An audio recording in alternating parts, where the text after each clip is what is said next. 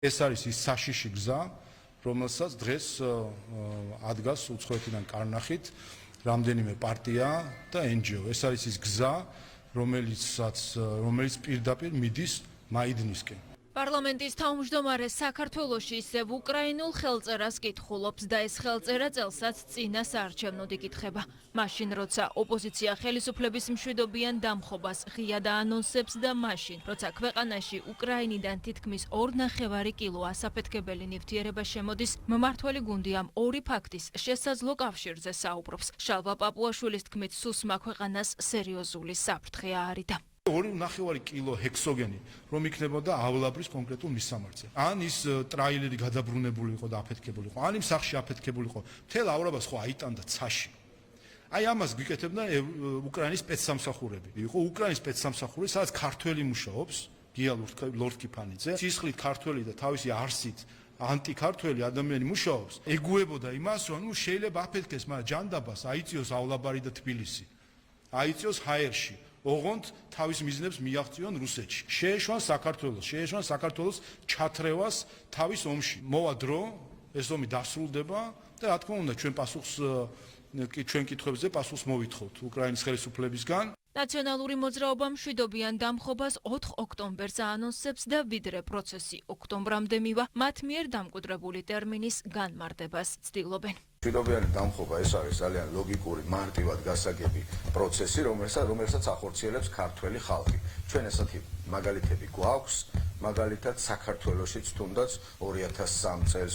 პროცესების სათავეში ახლა პაატა ბურჯულაძეა, რომელმაც ჯერ მხოლოდ პატიმარი ხაბეიშვილი ჩაანაცვლა, თუმცა სჯერა, რომ 4 ოქტომბრის საღამოს 8-მდე ხელისუფლებასაც ჩაანაცვლებს. მმართველი გუნდი ოპოზიციურ ბანს პოლიტიკურ გამოცდილებას უწუნებს.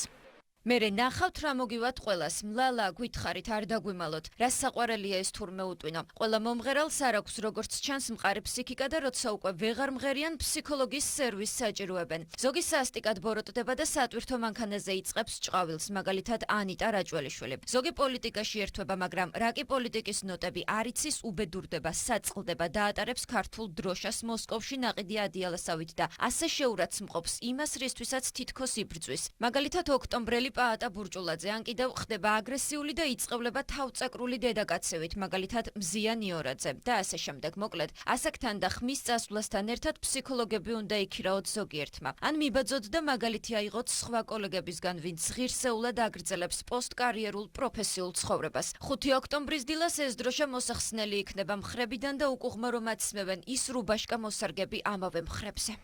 ოპოზიციის რადიკალურ იდეებს რომ განხორციელება არ უწერია, ეს დღეს პრემიერ-მინისტრმა კიდევ ერთხელ ბათუმიდან თქვა. ირაკლი კობახიძის თქმით, ქვეყანაში ამის გარანტი ძლიერი სახელმწიფო უწყებები არიან. მაქსიმალურად აკონტროლონ საკუთარი რიტორიკა, ემანდ, როგორც სიტყვიან ჟარგონზე, არ აღმოჩნდნენ იქ, სადაც ვიღაცები უკვე აღმოჩნდნენ. დღეს ჩვენი ძალოვანი სტრუქტურები კიდევ უფრო მეტად გაძლიერებულია, არის ერთმუშტად შეკრული.